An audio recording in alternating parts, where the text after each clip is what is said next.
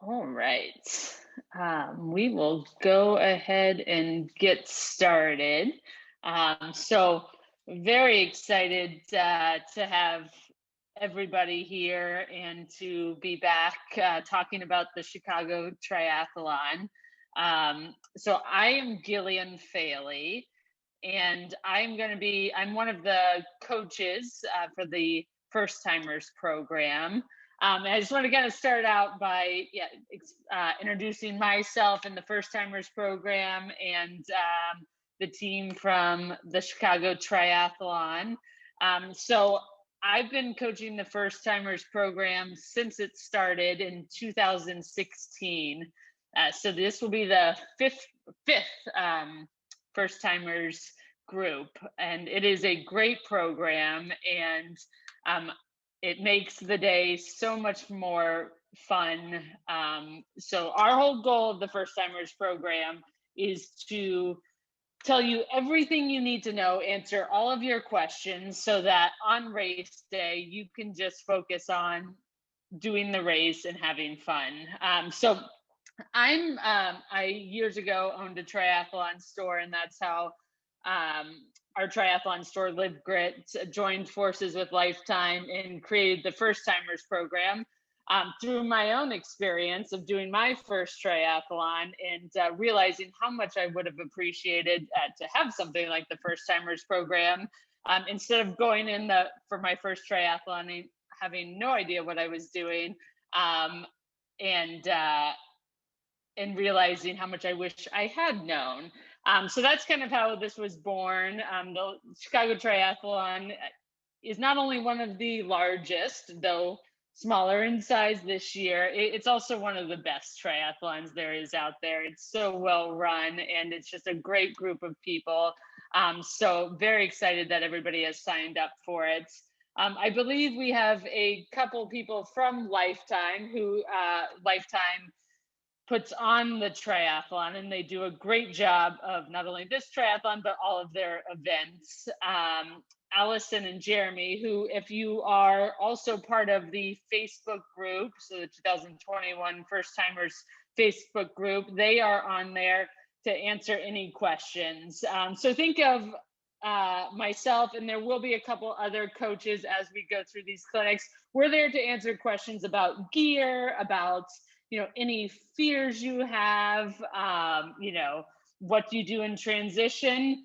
Those are the questions that we're here to answer. Lifetime, and specifically Allison and Jeremy, can answer any of your questions about registration or specific logistics that pertain to the Chicago Triathlon. So just wanted to get that out there. So I'm going to go through, this clinic is on the swim, and to give you an overview of what to expect and what to do for the next, 16 weeks until the triathlon, so that on the day of, you can jump in the water feeling confident and ready to go. So think any questions at the end, we will leave more than enough time for me to answer any questions, as well as at the end, I will have my email address on there. You can always reach out to me, or again on the Facebook group, because if you have the question, I guarantee you most people have the same question. So, and as they say, there's no dumb question at all. So we're just going to jump in and talk about what to expect for the swim and the Chicago Triathlon. So starting off more on a broad overview, I assume, if you've signed up, you've taken a look at the different distances and decided which one is right for you. But just to kind of briefly go over it. So as it pertains to the swim, the super sprint is 0.23 miles.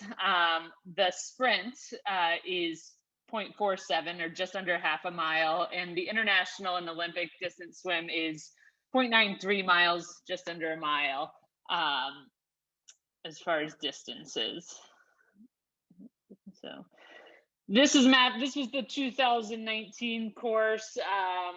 if there are any changes as we approach the triathlon, they will certainly let you know of any changes to the course, as well as we'll talk about over the summer. You know, before the triathlon, the weekend before, there's the expo. That is a place where you will get every question answered about the course, about anything to expect that day. But this is the general course of the triathlon. You can find this on their website. You can study it. Wanted to focus in specifically. So this would be for the Sunday race. I know we might have some people on here who are signed up for the super sprint. It's a little bit different of a course, but also on their website. So as far as the swim goes, it takes place in Monroe Harbor. So that is, a lot of people know where the yacht club is, or the Shed Aquarium is on the south end of it. The starting place of the swim is going to be down here at Balboa Avenue, and it's denoted by the big S. So if you're doing the international distance, the swim is going to start. You're going to be the dark blue line. So you're actually going to start off with a swim that goes south towards the aquarium, and then you're going to do an 180-degree turn and go all the way back up to right here. If you're doing the sprint distance, it's going to be a straight swim north. So you're not going to have to make any turns. And that is important to know, especially as you're training for, over the summer and you're in the open water. We'll talk about it as we go through the slides, but some of it, learning how to sight, like I said, the swim is either just under a mile or just under a half mile. But if you are like me, who struggles with swimming in a straight line, you can make that swim much longer. So learning how to sight, and for example, if you're doing the sprint, the shore is always going to be on your left side, versus the international distance, where the shore, which is a good thing to use to sight, is going to be on your right for part of it, and then on your left for the other part. But those are all things we'll talk about as we go through more of the slides. Let's see. So actually, let me go back and apologize. It has been 2 years since I've done this presentation. It's very excited to be back, but I may go back and forth a little bit as I forget things. So what I want to point out about the other thing about the course is this orange area is the transition area. Now there's going to be a whole clinic that just covers transitions. But there are two transitions in the triathlon. There's what's called T1, which is your transition between the swim and the bike. And then there's going to be what's called T2, which is your transition between the bike and the swim. But all of that and switching between the disciplines is going to take place in this orange area. And like I said, because there's a whole kind of method to transitions, we do a whole clinic on it later in the summer as we get closer to the day. But as you can see, one of the bonuses of the Chicago Triathlon is when you get out of the water, you actually have about a 450-yard walk or run to your transition area. So that's just important to know, something so that you know what to expect. So that's this orange line right here. So you get out of the water, and then there's 450-yard distance until you actually get to your stuff in the transition area. All right.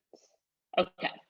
So I like to go through the swim in the morning of the triathlon in pictures. So I think it's good to actually be able to see it. And these are from years past of the first timers program. This is a picture of the transition area. And again, we will have a whole clinic on it, because right now I'm sure it looks like a lot of stuff, a lot of people, a lot going on. But as you can see, so And as I talk about some of these things, these are what has, as far as like timing and things, they're general times. As we get closer to race day, you'll get more exact, like what time transition opens or transition closes and things like that. But as you can see, it's still dark outside. If you, the triathlon doesn't happen at brunch time. It happens very early in the morning. So historically, the transition area opens around 4:30, and this is for the international distance, and closes maybe around 5:45 or so. So what you can see here are all the people who are showing up to rack their bike and set up their stuff before they go get ready for the swim start. One thing that I do want to point out is one of the benefits of being in the first timers program is that you are actually with other first timers. Plus, historically, the Chicago Triathlon has been very nice in giving the first timers a prime location in the transition area. So as you can see, there are thousands of bikes, and this the location for the first timers has always been a prime location, so that it's a little bit easier to find your stuff as you come back and forth from the swim and the bike. So you'll set your stuff up in the morning. Again, we will talk more about that at a different clinic, and then you're going to head out to wait for your wave to start. Now, the Chicago Triathlon, there are all different sizes and such of triathlons. The Chicago Triathlon, it always makes me feel like a professional, like sporting event. The way it's put on and the way, it's run, it's really amazing. But it also means there's a lot of people. So there's a lot of waves. So there will be some time between when you leave your stuff to when the wave actually starts. But this is a good time just to get ready and such. So you can see here, just waiting around for the start. And then as we get closer to the time where your wave will actually start, which is very punctual, so I believe I looked at 2019, and like the sprint wave started at 9:55, and it will start at 9:55. So what you're looking at here is the chute getting ready for the first timers wave to get into the water. So you're going to line up with the other people in your wave. So everybody here is wearing a green cap, and that's the way they denote the different waves. You're going to line up here and it kind of, wait in line as different waves go. You'll be in this line for, about 20 minutes or so, but it's a really good place to also, you're going to be watching the other waves get started. So it's a really good place to, you'll get actually, there'll be some nerves that increase, and some things, you'll be watching will make you more comfortable. But, all right, so here we go. So, for example, this year, the first timers wave was wave 50, and you can see all of the waves as they're getting closer south to the starting point. So we put in these slides to show that people are happy and excited. So you should be really excited at this point. You're about to get into the water. Even though the swim often can be the most intimidating part of the triathlon, I often find, though, it's also the most exciting. So again, and depending on, in Chicago, August can be all kinds of different temperatures. We've had very warm days and very cold days. So this chute is also a time, on hot days, most people won't put up their wetsuits, which we'll talk more about wetsuits in a few minutes until you get closer to the start. There have been very cold days of the Chicago Triathlon where you really appreciate wearing a wetsuit to keep you warm. So, this is the time where you'll kind of get ready, get your goggles on and all of that. All right, so now the more fun stuff. The Chicago Triathlon is an in the water start. So in the world of triathlons, there are all different kinds of ways the swim can start. There are beach starts, there are jumping off, a pier start. The Chicago Triathlon specifically is in the water. So as you can see, the staircase here, they place a staircase that goes into the water. So the wave in front of you will take off, and then the announcer will say, first timers wave, it's time to get in the water. And so this is not part of, the time has not started at this point. This is just them. So you're going to go down the stairs. At some point they stop and you have to start swimming. And so here's a picture of everybody in the wave in the water. So again, the timing between the waves can vary, but think about it as about 5 minutes. So you're not going to be in the water when you haven't started for very long, but you are going to be in the water long enough to get comfortable, and kind of let your heart rate go down a little bit.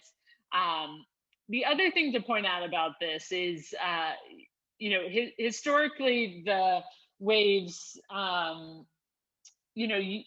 as you can see, there's a number of people in the waves. I'm trying to think, actually, I just blanked on the amount, but you might have 50 people in your wave. However, there's a big amount of water. So you're not going to be crammed in there like sardines. The other thing is to think about, what is your comfort level with swimming? I learned to swim when I started doing triathlon. So my comfort level is, I am not super comfortable in the water, though I've learned to really enjoy it.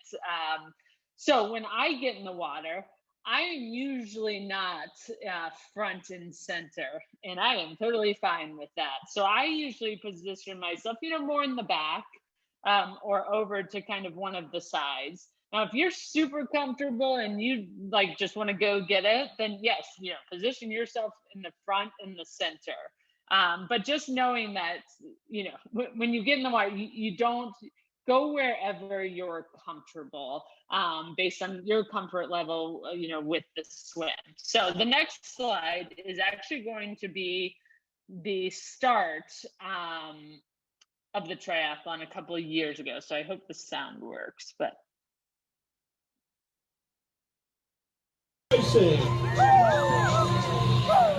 And everybody on shore, make some noise for our Green Caps first timers!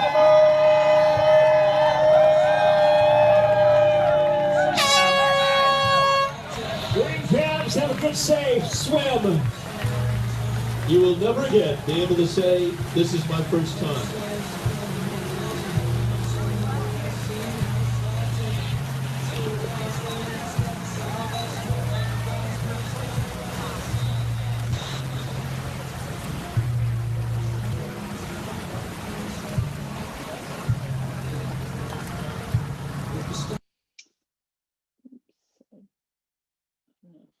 I'm going to totally just from my iTunes. Hold on a second. Here we go.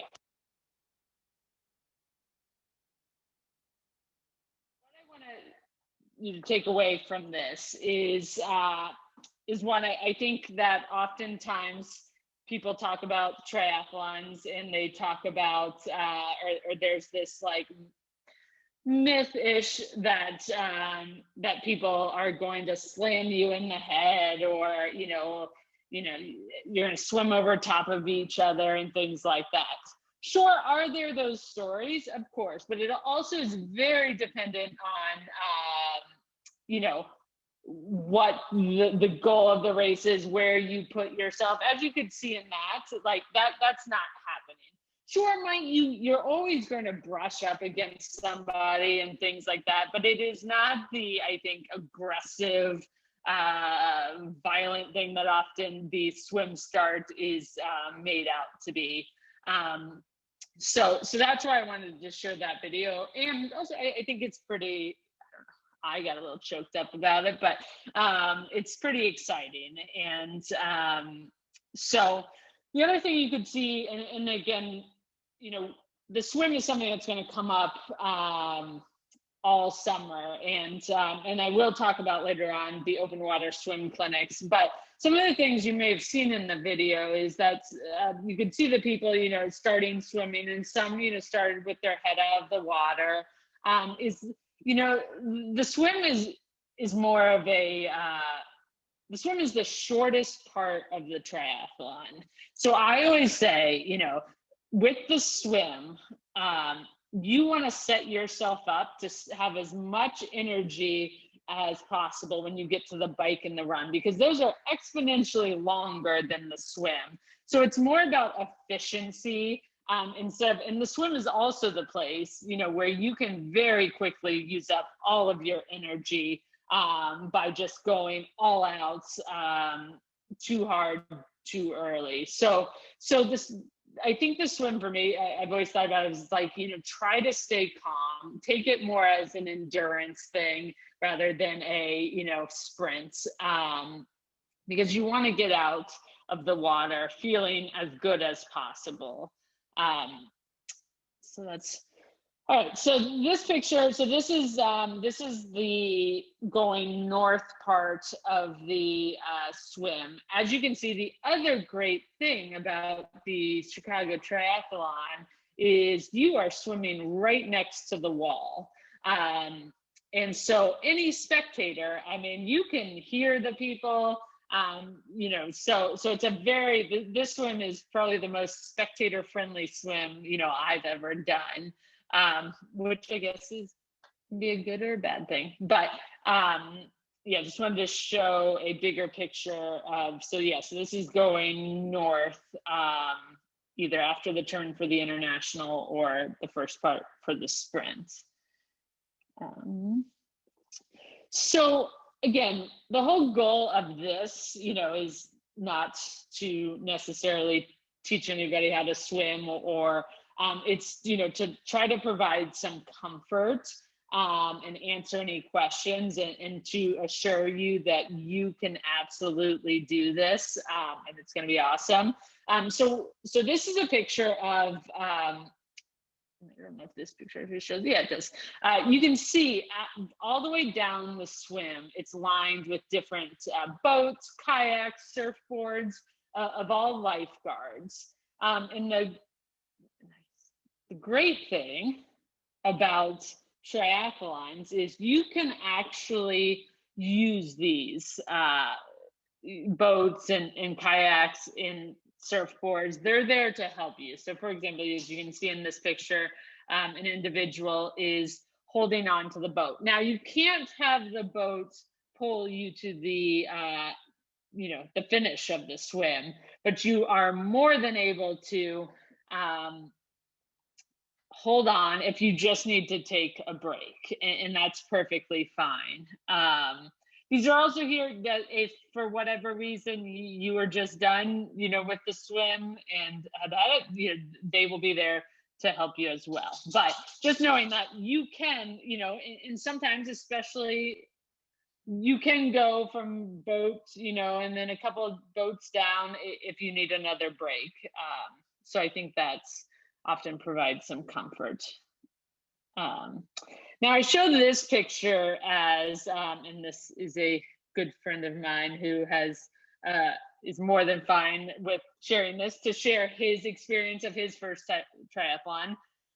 So the one thing about the Chicago Triathlon and the wall is that you actually don't necessarily want to do this. For one, the wall is covered in barnacles that can be sharp. And the second thing about this part is any waves that are coming in, though oftentimes, and actually I made this mistake doing the Chicago Triathlon for the first time. I saw a clear lane right next to the wall and I'm like, oh man, nobody's swimming there. I don't know why. And so I swam over that way. And then why I learned they weren't is because all of the waves hit the wall and then come off. And it turns into a little bit of a washing machine area right there. So I say this too, as tempting as the wall may seem, You actually don't usually want to hold on or swim too close to the wall, unless absolutely necessary, even though often it looks like the clear lane. The other thing about the swim is that there are zero rules. Nobody gets extra points for style. So really, whatever way you get from point A to point B is perfectly fine. And I say this, knowing that every person comes to triathlon with a different background in the swim, and so just I just really want to encourage that you'll be fine. And even if so for example, oftentimes you need to flip onto your back for a few minutes and just take a moment. I've certainly seen people do different strokes or side strokes, and sometimes you show up to a triathlon no, fully intending to do one thing, and just the day dictates another. So just knowing you can do any stroke, you can mix it up. I think freestyle is probably the most efficient, but just and often actually even in the open water clinics and such, we practice flipping to your back and then flipping back over, and things like that. So that's what that is a picture of. All right, so this is the swim out. Much like the swim in, it is stairs that come out of the water. And good thing though, there are going to be people there. And obviously, I guess this is maybe a good place to caveat. Chicago Triathlon and the COVID protocols. There are still a lot of unknown things as far as how all this is going to work, but they will follow. So it may not be as many people as this picture might show, 4 years ago, but they are taking the COVID protocols very seriously. And as we get closer to the date, we'll release more. And actually, there is a link to their COVID protocols right now, that we will share on the Facebook page. But it's a set of stairs out, just like you got in. I will say this is probably, in my opinion, like that moment where all that adrenaline kicks in, because you just did something like amazing and cool and fun, and you just so often you might be a little tired from the swim, but I think it kicks in this adrenaline of feeling pretty good. Just another picture so you can kind of see the swim out. And then here is the 450 yard 450 yard 450 yard walk, run, whatever it is, to the transition area. Now, this time, when you do get out of the water, like getting off of a boat, or, if you've swam, you often might have a little bit of sea legs. So also, it is perfectly fine to walk. This is perfectly fine to walk. And then once you still, start feeling better, to add a little pep to the step, whatever it is. It's also a good time to start to take down your wetsuit if you're choosing to wear a wetsuit. We will talk a lot more about this kind of getting the wetsuit off and things like that during transition, during the transition clinic. All right, so yeah. So after you hit the walkway, yes, you'll go into transition, you'll take your wetsuit off, you'll put your bike stuff on, and off you'll go on the bike. We always get a lot of questions about wetsuits. So I hope I can answer some here. So wetsuit 101. If you don't know what a wetsuit is, and this is much better when we are in person, but I will try my best to kind of explain it via video.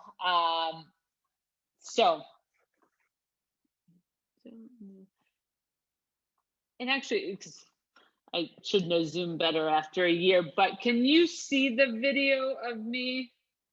I don't know if somebody can say, give me a yes or no. Yes, yeah, you can choose to Perfect. if you want. You can see Okay. it. Okay, perfect.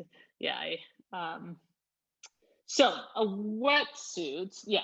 So a wetsuit is something that that a lot of people, it's not required. So don't think that you have to have a wetsuit.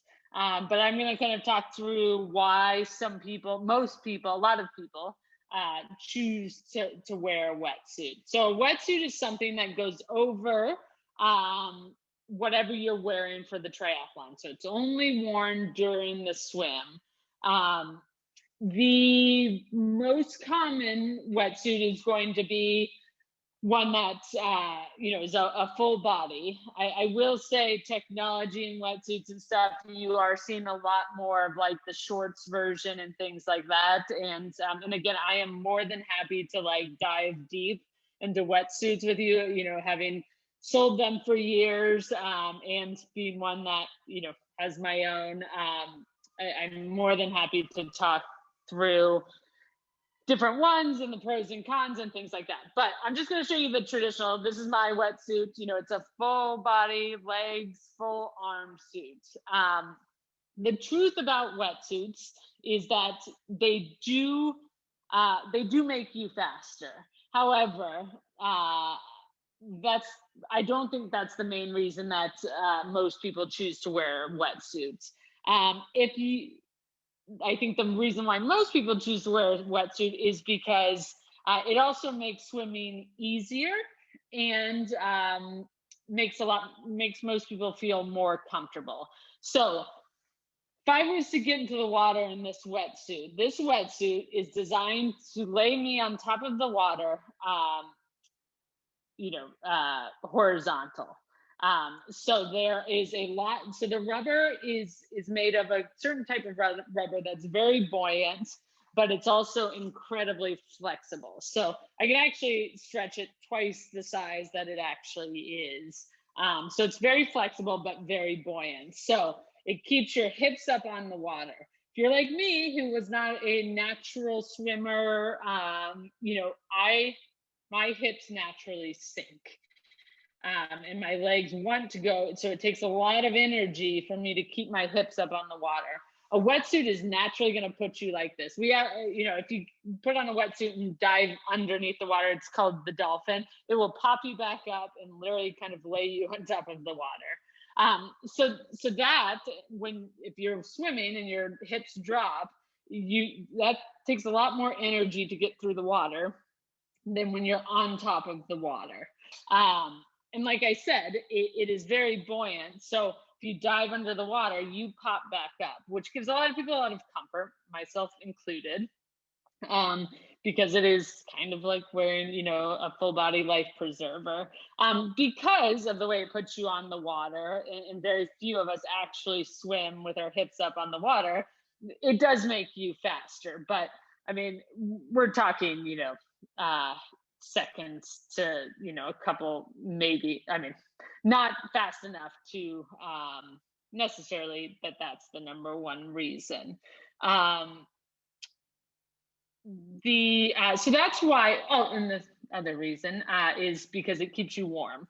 So the way that a wetsuit works is you get in the water, it fills up with water, and there becomes this barrier between you and the suit. That water, your body will naturally heat that water up. And so that it does keep you warmer. For example, right now the lake is not very warm. I think I saw somebody say it was like 52 or stuff, which actually is not bad. But right now the water is pretty cold. So a wetsuit, it's going to make you more comfortable. Now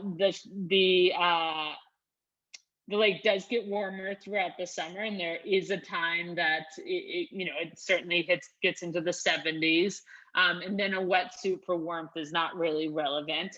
And so a lot of people ask, will I get overheated in a wetsuit? And I think that's very rare in Chicago. I've certainly done triathlons in Miami that were not wetsuit legal, so there is a temperature that above that temperature, wetsuits become, oftentimes how it works is they become, you can still wear one, but you can't win the race.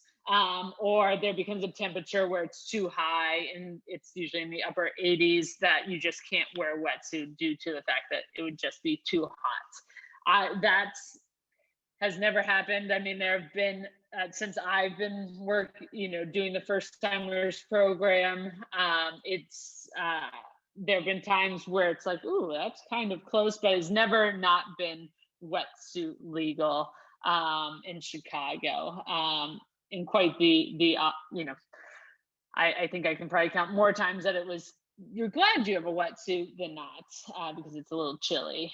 And I know there's going to be a ton of questions about wetsuits. So just remember, as soon as we're done, I will certainly answer as many as I can. Myths about wetsuits. So wetsuits come in a variety of types, and what you will see if you are trying to look at getting a wetsuit is they come in a variety of prices. The funny thing about wetsuits, and I guess the good thing, is the more difficult swimming is for you, you want to probably tend to stay towards the least expensive wetsuits, because wetsuits that are very expensive are designed for very good swimmers, where the extra buoyancy that in the hips that I actually love, they wouldn't want, because it would overcorrect them too much. So they then have to, work with different, just making the rubber even thinner, yet, preserving the hydrophobic properties of it. So just because swimming may not be your strongest discipline does not mean you need a more expensive suit.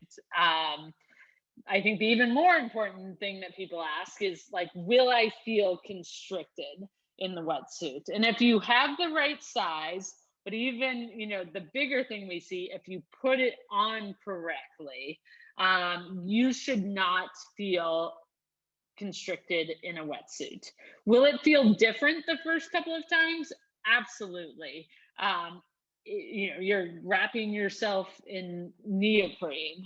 It's going to feel different, but if you put it on correctly and it's the right size, you should not feel constricted. That being said, a wetsuit, like I was talking about, fills up with water. If you have a wetsuit that's too big for you, it will continue to fill up with water, and it will kind of balloon out, which is why wetsuits should be snug. And there's a very specific way of getting them on, which, I will post to the Facebook group. We have a video of how to put a wetsuit on. There's 20,000 videos out there on YouTube about it, but and this would be a good time to talk about the open water swim clinics. I know the first one is on June 1st. And this is a great place to, one, swim in a wetsuit, and two, learn, have people there that can help you put it on. I do know that there is going to be somebody, and if you have no idea what I'm talking about when I said the open water swim clinic, go to the Chicago Triathlon page. If you click on, I believe, programs, it says swim clinic. They do, I think it's 4 swim clinics over the summer, which are amazing, and I highly recommend, to help you get comfortable in the water. And then as you get through the summer, it's going to be a good place to kind of start testing that distance. But also it's a good place to learn how to put a wetsuit on. There is going to be Urban Tri Gear, which is out in Westmont, I believe. So it's called Urban Tri Gear. They're a triathlon store. They are going to be renting wetsuits there for $20. But that $20 will go to, if you then love a wetsuit and want to get one, you can use it at Urban Tri Gear. The thing I will say, in the past, is that lots of people want to rent wetsuits. So the earlier you don't wait till the last that starts at 4 don't get there at 3:59 to rent. But it's a good place to try one out and to get help putting it on. So that's the wetsuit. And I'm sure I've missed something again, it's been 2 years now since I've done this clinic, but I'm sure I forgot something about wetsuits. So I look forward to the questions. Again, they're not necessary. I mean, they're not mandatory. However, I would say a lot of people do, see the benefit in wearing a wetsuit, and that it makes their experience a little bit more just enjoyable and comfortable. I personally I get really sad when I can't wear the wetsuit on a swim because it's too warm or I forgot it or whatever it is. One thing, is the other thing, because wetsuits don't have a lot of other purposes outside of swimming and doing triathlons. And if, going to a wetsuit formal or something. So the good thing about wetsuits is that they do last a long time. And though, I think they say they last 5 to 7 years. I mean, this wetsuit that I'm holding in my hand that I will wear this summer, is at least, probably more than 7 years old, and it is perfectly fine condition, especially if you take care of it. Big thing, don't leave them in the sun because they are made of rubber and do melt. So hope that was a little bit of an explanation. Again, in the past, in the Facebook group, questions, I'm certainly happy to guide you more on wetsuits if you have specific questions or anything like that. So kind of wrap it up before we get to questions, because that's going to be really I think, probably most helpful part. Just what we want you to take away is, first is, what's your goal? What's your goal for this whole triathlon? What's your goal for the swim? I think when I went into my first triathlon, my goal was, to enjoy it and to get to a place where I did enjoy it. And then as I went on through time, then I set different goals for each event that I did. But really, thinking about what's your goal for this triathlon and specifically the swim. As I said, there are no style points. So really, I think the most important thing is to get comfortable with the distance of the swim and, however you get to that place over these next, 16 weeks. Also knowing that, swimming hasn't been the easiest thing to do over the last year. So giving yourself some, grace of just get to a place where you're comfortable doing the distance, and we can work on, style points later. That goes to the endurance and speed. I think oftentimes swimming often feels to me like walking upstairs. There's especially, if you kick very hard, there's a lot of big muscles involved, I guess all of these, but and you can very quickly jack your heart rate through the roof. And that's going to be really tough when you get to the bike and the run, a couple hours down the road.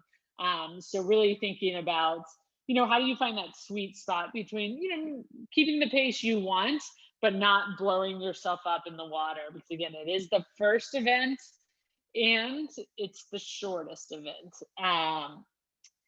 Number one tip, if anybody was to ask, get in the water, and specifically get in the open water. Again, this will be our 5th group of first timers. And I would say I can count on my hand over those 5 years and, over 1,300 athletes. I can count on one hand for the number that didn't finish the swim. And I will tell you, the reason why is because the race day was the first time they got in the open water. So the most important thing is just getting in the water. So that's, talking about the swim clinics, again, a great place. obviously, you know, because of where the triathlon is, you cannot swim the course.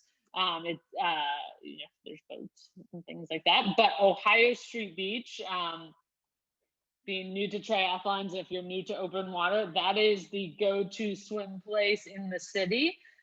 It's at Ohio Street and Lakeshore Drive, right down there by Navy Pier. It's kind of the like hangout of anybody doing triathlons. It's a great place to get comfortable with the water. It's a beach, so you can stay in a place where you can touch. You know, as you get more comfortable, you can venture out where it gets a little bit deeper, but it's a great place. And as we go through the summer and such, you know, this is where the open water swim clinics will happen. You know, oftentimes with the first timers program, we will designate certain Saturdays of like informal kind of, you know, we're going to be down there to help you put your wetsuit on for the first time or just answer any questions. And so, yeah, my number one tip for the swim is to get in the open water. One question at this point I always get is like, is there a time cutoff for the swim? And the answer is yes, there is. But the other answer is, again, it is a significant amount of time that if you've gotten in the water, if you are, you know, moderately comfortable, you will be more than fine. Again, I can count on my hands the people that you know, struggle in for whatever reason, you know, and often I've come back and conquered it the next year. So, but get in the open water. That's really it. I actually, you know, and I tell this story and the story of like encouragement. But I did my first triathlon without listening. Well, I didn't even know my own advice, but I had never been in open water, and it was the first time I ever wore a wetsuit.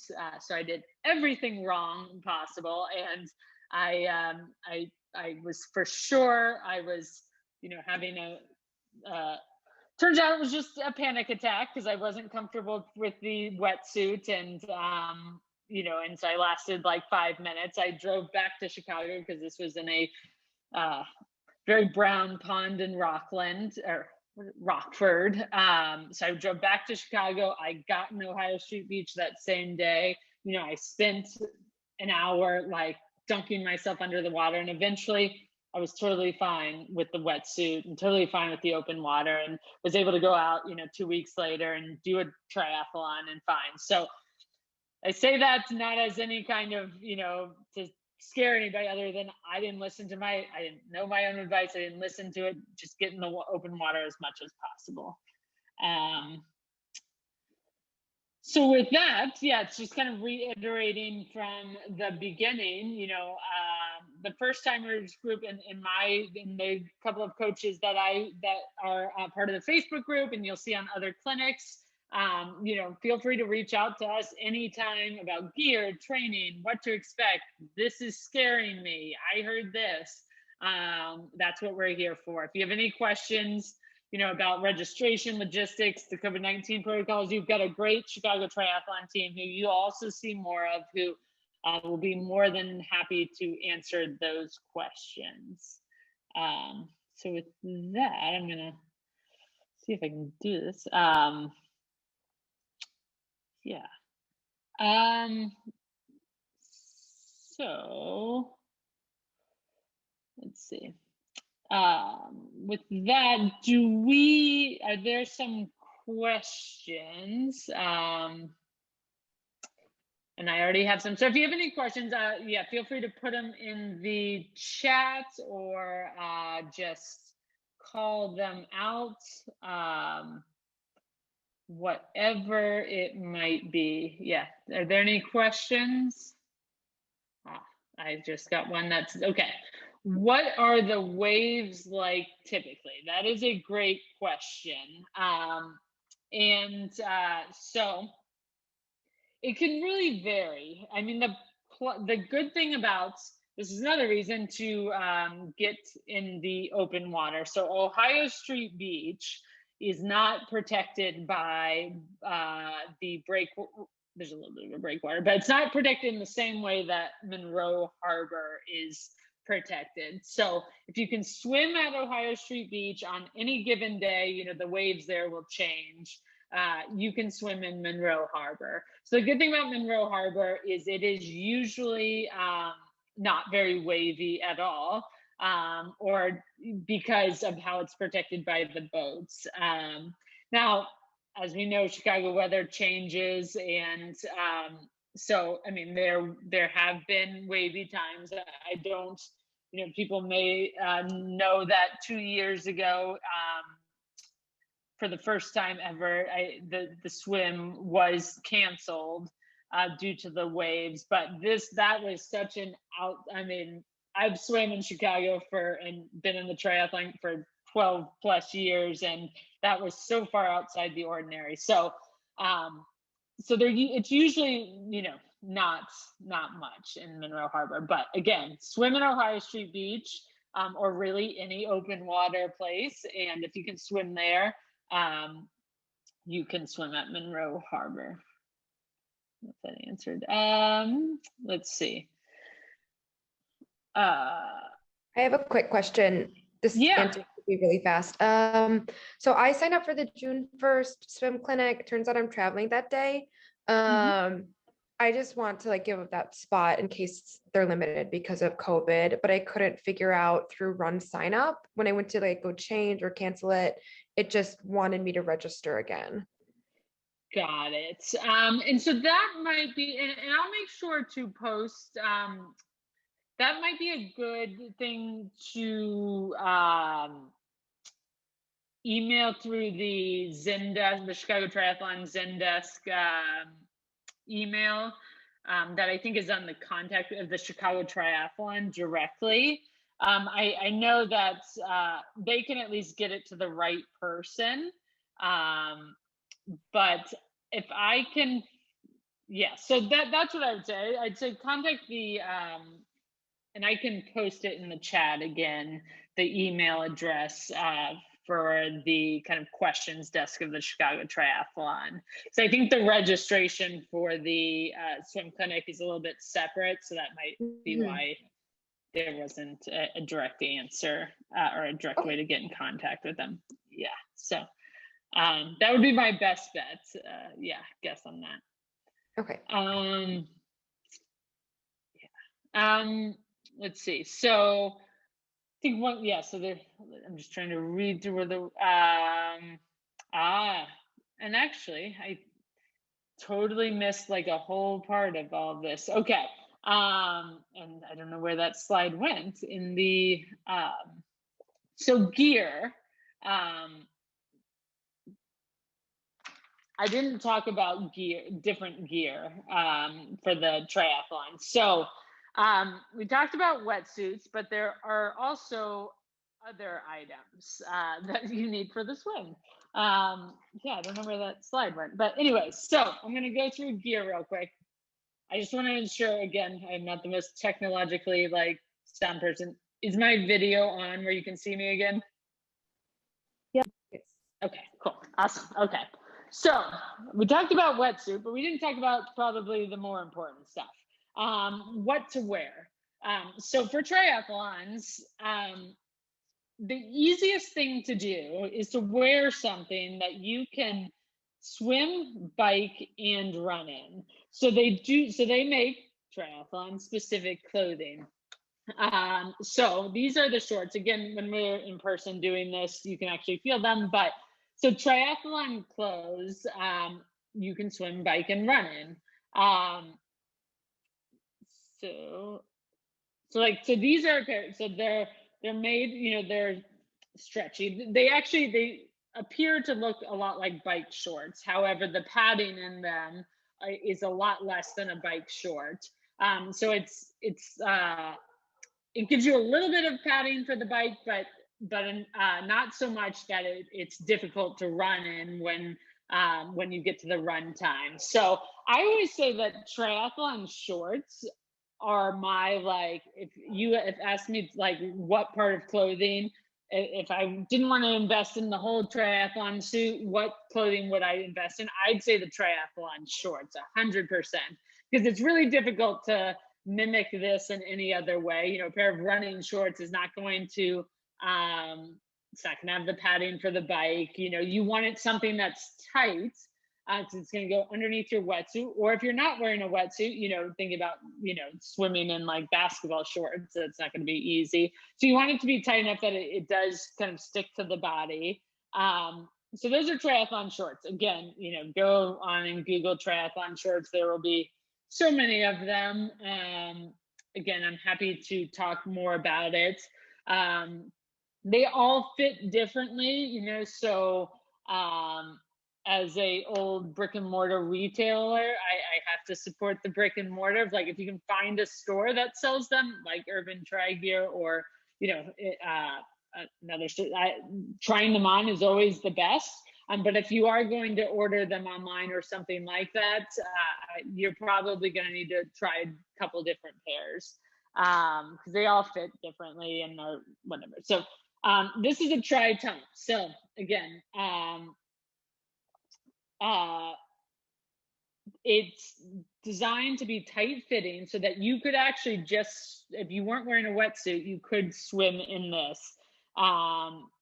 And, you know, and it would be fine. You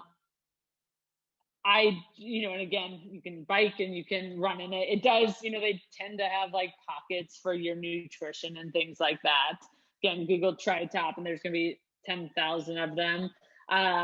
You know, this one, I only say like I would make the shorts the priority because, you know, I've done many triathlons in a tank top and things like that. So it's great to have, but I always put the shorts as like the necessary article of triathlon clothing.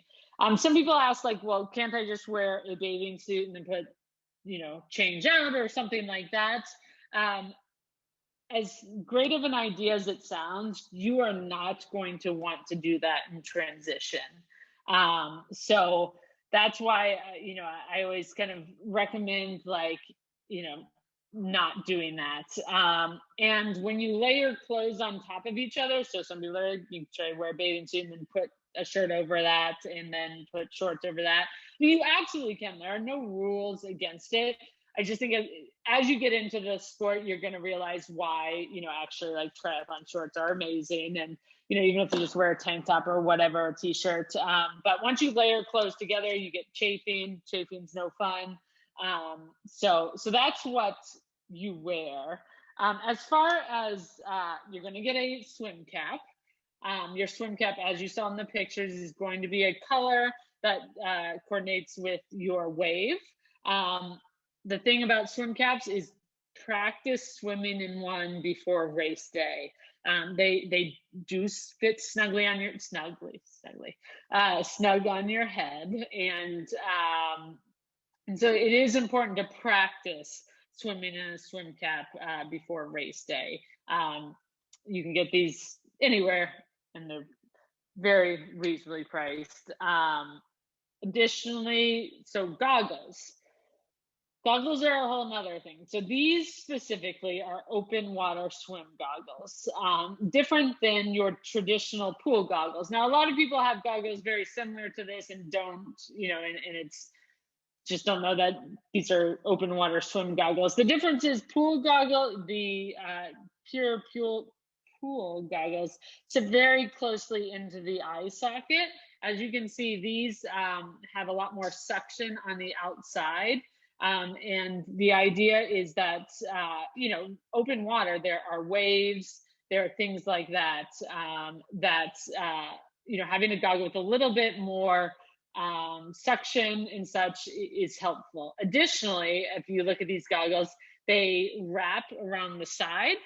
As I mentioned briefly, and we can talk more and more out at the lake or through Facebook, but things like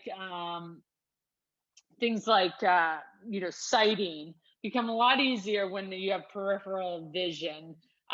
So that's why they wrap around to the side, so you can see out the side, and it's not, so you can spot. Additionally, there are things like having, you know, tent in the goggles, helpful. Again, triathlons unfortunately are not for the late in the morning sleeper. So you often get the sun coming up off the water. And that's also why often you want polarized goggles, because it will cut down on the glare. So open water swim goggles, which are actually like 90% of like what's sold in goggles. What I will often just say is stay away from the ones that just fit really close into the eye socket and don't have any kind of suction. So that's the other thing. And then this is the not weird thing, just one thing about triathlons that will be the best $12 you ever spent in your life. And it's so it's triathlon belt. And basically, so if you run a 5K or something like that, you pin your number to you. Well, just thinking about that, you don't want to swim or bike with a number pinned to your shirt because of a lot of reasons, the flapping in the bike and stuff like that. So a triathlon belt is just this very simple belt that has these, usually has some kind of string that you put your number through. Thing is, you also don't need your number when you're swimming or biking, at least the one, you'll have enough numbers put everywhere else on your bike, on your arm, things like that. So this is only for the run. But I point this out because I will say, being at the expo for many years, these are like the go-to item because a lot of people don't know that it's helpful until expo day. So good thing if you see one out. It's also helpful to like practice running with because it is a little bit different. So so if you hear people talking about the transition belts, this is it. So I can't believe I forgot that whole section, but yes, that's gear.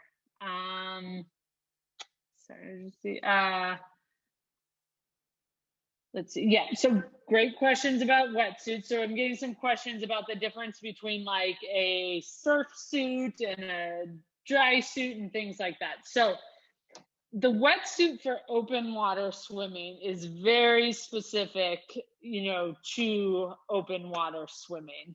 If you see like a surf suit, or what people use like water skiing and stuff like that, those actually usually just have the inside fabric that this wetsuit has.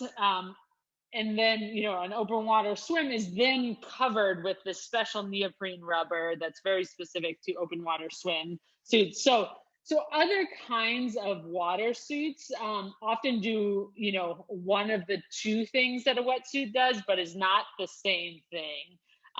So yes, we get a lot of people who show up and who come with like the surf suit, which will keep you warm and does provide a little bit of buoyancy, but it's not the same thing as an open water wetsuit. So I just want to be clear about that. And if you have more questions about that, again, feel free to reach out. Another great question. How does sizing of a wetsuit work? So sizing, if you go on any wetsuit company's website, or it will have a sizing chart, and it's usually done by height and weight. We always say that weight is actually what you should look at first, and then height, because oftentimes you may not fit into both categories. But as far as height, you don't necessarily need your ankles to float or your wrists to float. So you can always pull it up if it's too short, and wetsuits can be trimmed at certain places if it's too long. So when you go on, there will always be a chart, and weight is the number one, height is the second, but that's how you'll know what size. And again, having sold wetsuits forever, they are pretty accurate. And if you get the suit and you're like, something's not right, first thing is to see if you got it on right. Because that's usually the number one problem, is people don't pull it up enough. You can't just step into a wetsuit. I'm going to post the video. It takes some work and effort to get a wetsuit on. Let's see. Yes. Okay. Another question is, will this video be posted on the Facebook? Yes. and hopefully I will be better at the technology for the next one. But yes, this one will be posted. And the other question was, has the swim ever been canceled? And as I stated, because you may have heard about it, one time in the history of the Chicago Triathlon, a very fluke, event. So plan to do the swim. Let's see. Yeah. One question is, okay, the question's about eardrops to prevent against infection after the swim in the lake. And it's great. And actually, that's one thing that we used to have on these slides is like, can I actually swim in Lake Michigan? I do recognize Lake Michigan gets a bad rap for its, for being Lake Michigan sometimes and the cleanliness of it. But yes, I mean, it's perfectly, and so the Chicago Park District, on their website, there's one about beaches. And before you go out to the beach, I always check that website to see if there are any restrictions. If there are any restrictions for water quality or surf or anything like that, it will be posted on that website. If there is a restriction for water quality, I usually choose not to swim that day.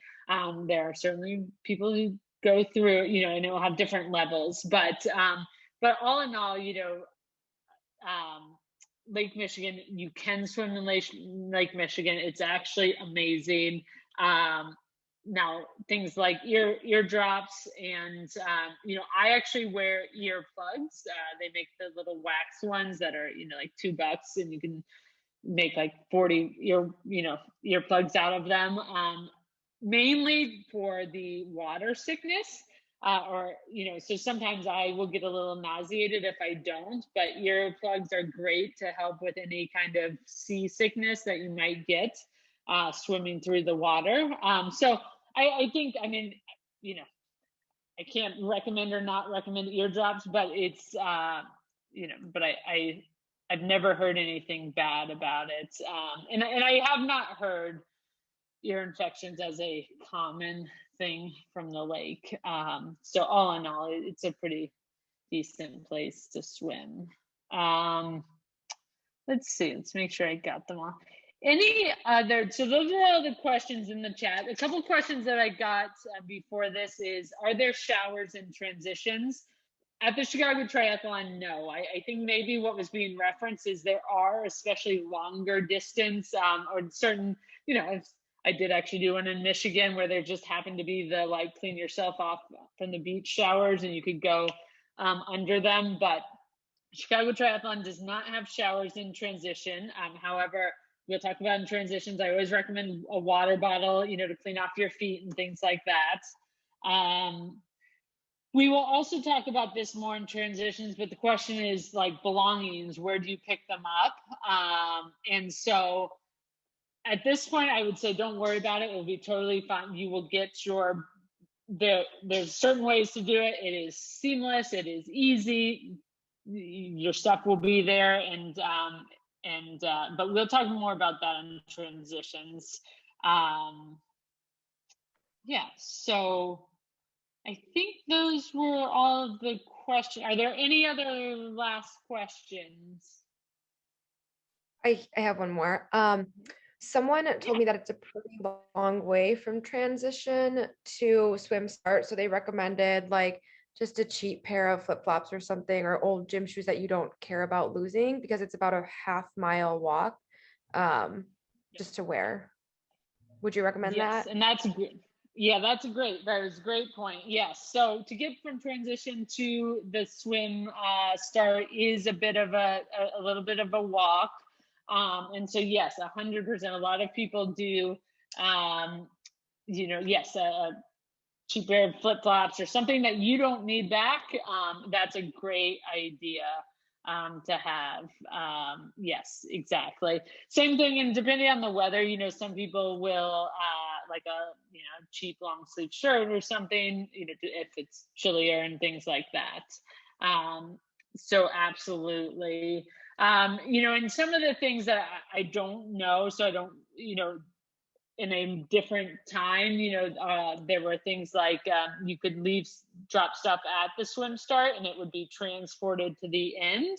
I think there'll be more information about that kind of stuff given just what's going on right now, you know, this year and such, about whether those things will be there. But I think that is a great thing. I'm glad you brought that up. That's a great, because it is a bit of a walk. Any other questions? Okay, so yeah, I will definitely post this again. You know, the Facebook group. I know, you know, it's the easiest platform. If you don't have Facebook, you can always email me at gillian@livegrit.com. But we will also be sending out a very basic training plan in June. You know, if you, just to kind of help guide anybody that wants that. But our next clinic is set for May 26th, and it's going to talk all about bikes. We'll talk about the course, but we'll also talk about just some basic things to know about bikes and all that stuff. So I really appreciate everybody coming. And I mean, you know, I honestly got a little choked up during that swim video. I'm so excited to be on this journey with everybody, and it's going to be great, and it's going to be an amazing summer. So we'll see everybody